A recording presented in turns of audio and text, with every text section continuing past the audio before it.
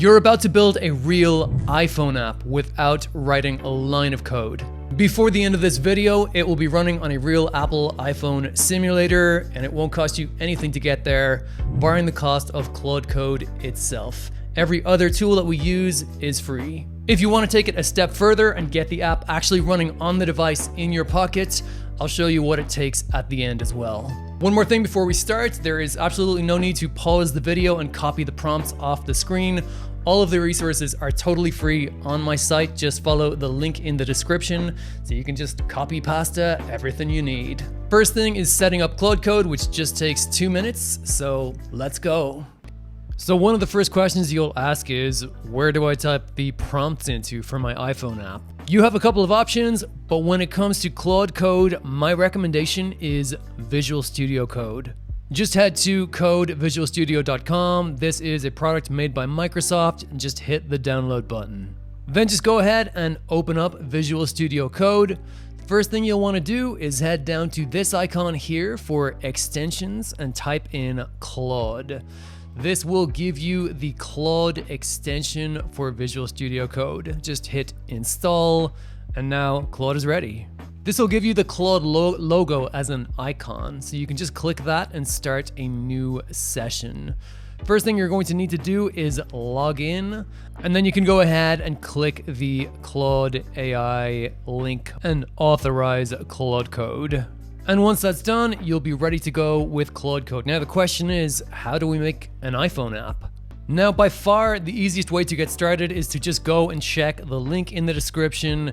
There, you can come into my studio page, and there is a completely free prompt that you can just go ahead and copy. And you can just bang that into Claude Code, and it will scaffold up this new React Native application. Another alternative, if you prefer not to do this, is you can head over to the React Native Expo documentation, and there are some commands here that you can copy to start scaffolding out the app.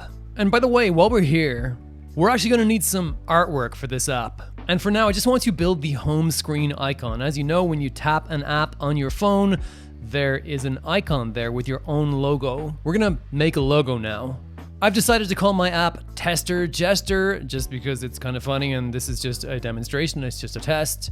So I'm going to ask ChatGPT to put together a logo. I'm going to call it Tester Jester, as I say, but this logo is going to be square, and ideally it's actually 1024 by 1024 pixels. That's actually the App Store dimensions that you need. All right, so ChatGPT has given me my somewhat goofy logo, but I'll go ahead and download that. And then I'm going to place this logo file into the codebase that VS Code should be done with by now. All right, so this prompt is going to give you a new project. It's good to put this in a project folder. That way you can organize all of your projects a little bit more easily. Now I'm going to go up to Assets. I'm going to go to Logo. I'll remove the default one and I'll paste in my new one. And now when I compile this code base, I'm going to have that as my home screen logo. And with that in place, I'm ready to go. I'm going to open up Claude Code using this icon on the top right. And at this point, I can just go ahead and use the transcription tool, have a conversation with Claude Code, and basically just describe what I want my app to be and what I want it to do. I normally take my time with this, so I will just skip ahead. I'd like to build an application for iPhone called Tester Jester. It's going to use this React Native. Here's where we hit the uncomfortable truth about the Apple ecosystem. Apple have no intention of letting just anyone poke around on their proprietary hardware.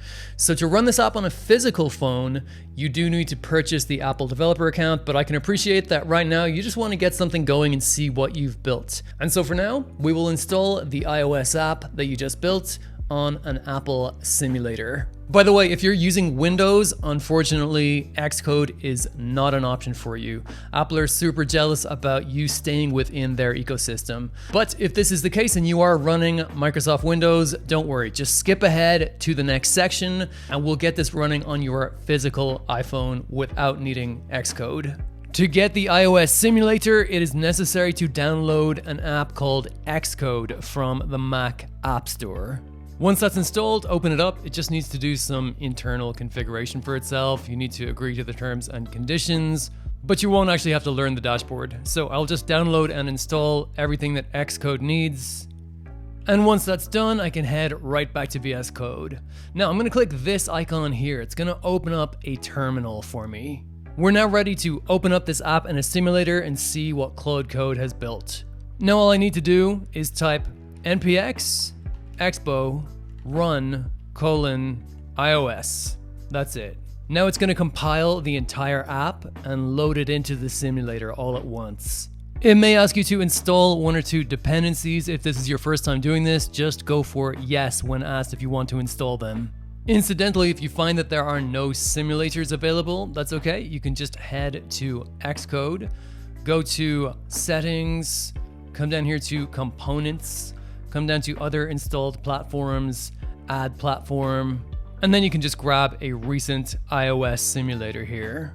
So that'll just take a minute to download the simulator and then it will be ready.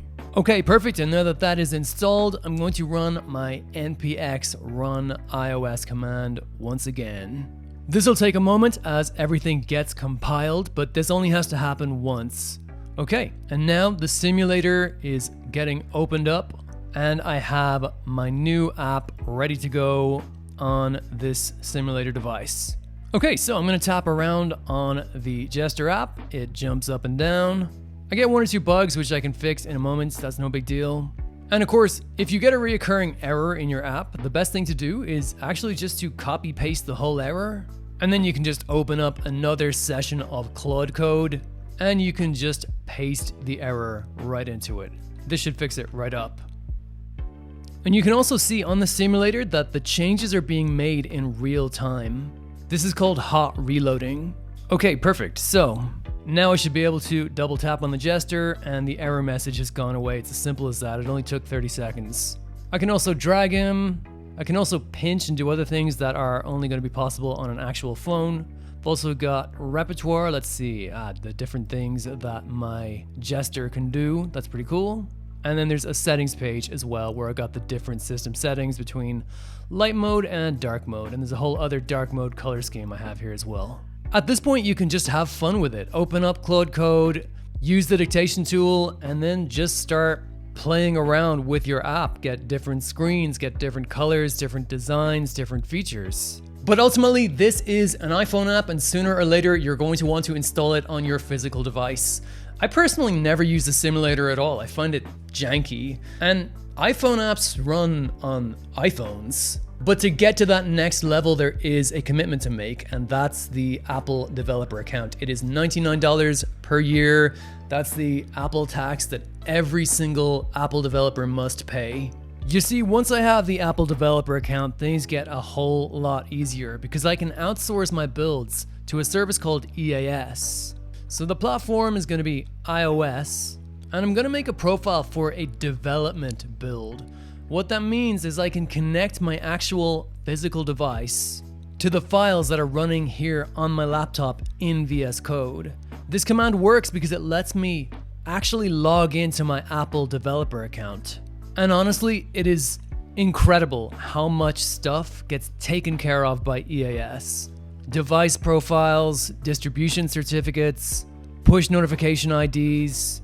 All of this stuff is a nightmare to configure by yourself. And this is my preferred way of developing iOS apps. So that's it. Now I have the app actually running on my physical iPhone, and I can do pinch, I can do double taps, I can drag, I can zoom in and out, and the Jester will do all of his different tricks, and he's got all of his repertoire here as well. This is a super simple app, of course. It's just got light mode and dark mode, and it's got this repertoire of tricks. But this is the process, and it's true for any app. You can prompt Claude Code to create any kind of app, now that you understand the hardware constraints of the Apple ecosystem. If you haven't already, check out the link in the description. There is a completely free guide on there on my website that will take you from zero to getting an iOS or an Android app running on your phone and beyond. If you'd like to see a similar video for Android or any other topic, just drop a comment underneath and I will see you in the next one.